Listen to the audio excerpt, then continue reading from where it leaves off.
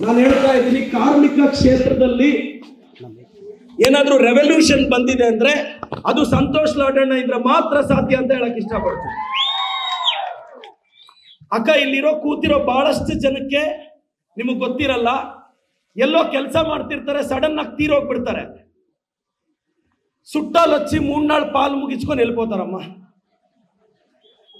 ఏమ్మా సాయంకాలం మొన్న అయ్యేపాటికి 80 జనం ఉండేలే.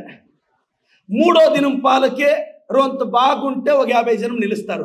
పేదోళ్ళు అయితే ఒకరు ఉండేలే.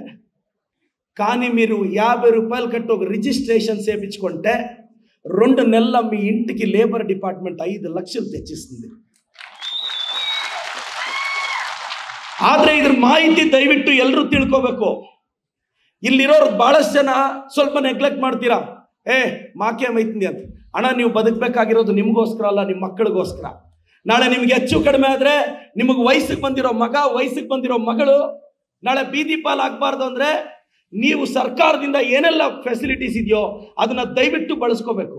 ಎರಡನೇದು ನೋಡಿ, ಇವತ್ತು 5 ಲಕ್ಷ ನಾವು ನಮ್ಮ ಬಹಳಷ್ಟು ಲೇಬರ್ ಡಿಪಾರ್ಟ್ಮೆಂಟ್ ಇಂದ, ನೀವು ಮೆಕ್ಯಾನಿಕ್, ಕಂಡಕ್ಟರ್ಸ್ ಆಗಿರ್ತೀರಾ, ಡ್ರೈವರ್ಸ್ ಆಗಿರ್ತೀರಾ, ಡಿಪೋ ಗುಮಾಸ್ತರ್ ಆಗಿರ್ತೀರಾ, ಇದು ಯಾರು ದಯವಿಟ್ಟು ನೆಗ್ಲೆಕ್ಟ್ ಮಾಡಬಾರ್ದು. ಅಣ್ಣ, ಎರಡನೇದು, ನಾನು ನಮ್ಮ ಸರ್ಕಾರ ಅಂತ ಮಾತಾಡ್ತಿಲ್ಲ. ಪ್ರತಿ ಹೆಣ್ಣು ಮಗುಗೆ ತಿಂಗಳಿಗೆ 2,2 ಸಾವಿರ ಕೊಡ್ತಿದೀವಿ. ಎಷ್ಟೋ ಸಲ ತಾಳಿ ಕಟ್ಟಿರೋ ಗಂಡ, ತಂದೆ ಅಥವಾ ಮಾವ 2,2 ಸಾವಿರ ರೂಪಾಯಿ ಡೈರೆಕ್ಟ್ ಆಗಿ ಎಷ್ಟೋ ಮನೆ ಗೃಹಿಣಿಗಳ ಕೈ ಕೊಟ್ಟಿರಲ್ಲ. ಇವತ್ತು ನಮ್ಮ ಸರ್ಕಾರ 2,2 ಸಾವಿರ ರೂಪಾಯಿ ಕೊಡ್ತಿದ್ರೆ, ಒಂದು ತಾಯಿ ಮಗನ್ನ ಓದಿಸಿ ಆರ್ಟ್ ಸ್ಟಾಪರ್ ಮಾಡ್ತಾಳೆ ಸ್ಟೇಟ್ಗೆ, ಒಂದು ತಾಯಿ ತನ್ನ ಮಗಳನ್ನ ಓದಿಸಿ ಕಾಮರ್ಸ್ ಸ್ಟಾಪರ್ ಮಾಡ್ತಾಳೆ ಸ್ಟೇಟ್ಗೆ. ಇದು ಗೃಹಲಕ್ಷ್ಮಿ ತಾಕತ್ತು. ಅಕ್ಕ, ನಾನು ಒಂದೇ ಹೇಳೋದು, ಲೇಬರ್ ಡಿಪಾರ್ಟ್ಮೆಂಟ್ ಇಷ್ಟು ಸ್ಕೀಮ್ ಇದೆ.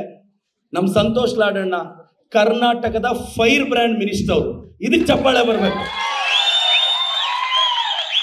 ಯಾವುದೇ ಭಯ ಆತಂಕ ಏನೂ ಇಲ್ಲದೆ, ಮತ್ತೆ ಅವರಷ್ಟೇ ಡೆಡಿಕೇಟೆಡ್ ಮಿನಿಸ್ಟರು ಲೇಬರ್ ಡಿಪಾರ್ಟ್ಮೆಂಟ್ ಅಲ್ಲಿ. ಅಕ್ಕ, ಇಷ್ಟು ಬದಲಾವಣೆಗಳು ಕಾರ್ಮಿಕ ಇಲಾಖೆಯಲ್ಲಿ ಬಂದಿರಲಿಲ್ಲ ನೋಡಿ. ಇವತ್ತು SC ST ಸಮುದಾಯಕ್ಕೆ ಕೆಲಸ ಕೊಟ್ರೆ, ಒಂದು ಕಂಪನಿ ಇದೆ, ನೀವೊಂದು ಕಂಪನಿ ಕಟ್ಟಿದ್ದೀರಾ, ನೀವು SC ST ಸಮುದಾಯದವ್ರಿಗೆ, ಯುವಕ ಯುವತಿಯರಿಗೆ ಕೆಲಸ ಕೊಟ್ರೆ ಅರ್ಧ ಸಂಬಳ ಲೇಬರ್ ಡಿಪಾರ್ಟ್ಮೆಂಟ್ ಕೊಡುತ್ತೆ.